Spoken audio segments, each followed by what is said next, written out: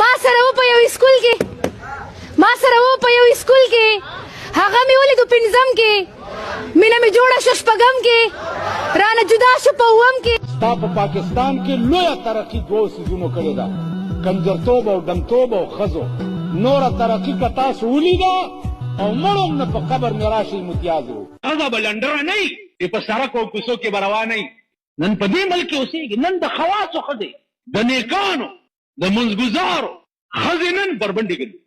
نو زما عزیزانو کله کله زه سوچ کوم نو د پښتو یو شعر رایاد شي، یو سړی خپل یار په لاس نه ورکړ نو آخر کې دا وایي چې د خدای په لوی کرم به کېږي، په عقل ګرانه ده زما د اشنا مینه.